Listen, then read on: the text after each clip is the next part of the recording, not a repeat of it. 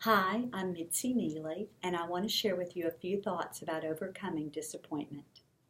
You know, we can be disappointed that the department store didn't have the size shoe we wanted, or we can be disappointed that our child didn't get the part that he or she wanted in the school production. But disappointment comes in all shapes and sizes and in varying degrees.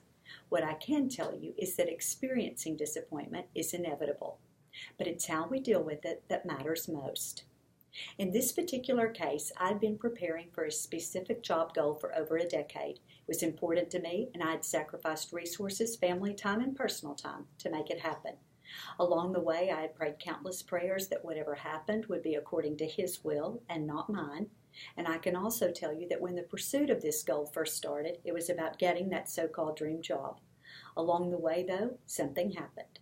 Other goals and ideas started making their way to the forefront, and while I was still very interested in securing a position of this caliber, it really became about checking it off the list.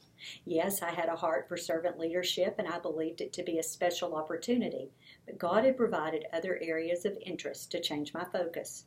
Interestingly enough, through all of my prayers, I'd made it very clear to God that in the end, I was not willing to sacrifice what I had for what I wanted. Was I disappointed that things didn't work out? Absolutely. You see, initially I believed I'd failed myself and my family. But when I had the opportunity to evaluate the situation for what it really was, there were more than enough red flags for me to know it had never been the right thing. I had been very cautious in the process. God had given me the opportunity, and He had opened every door along the way until the final door. There was no doubt that He walked beside me through this ordeal.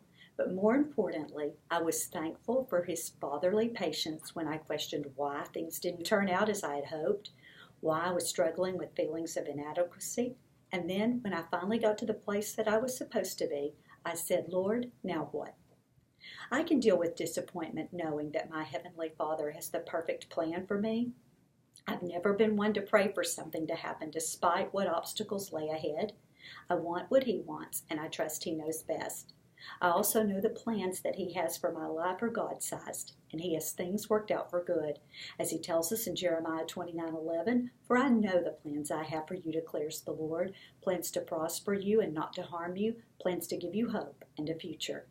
I am so thankful that our Heavenly Father understands our disappointments, our pain, and our doubts. I am thankful that He encourages us, heals our hearts, and helps us understand that in all things He's sufficient to meet our needs.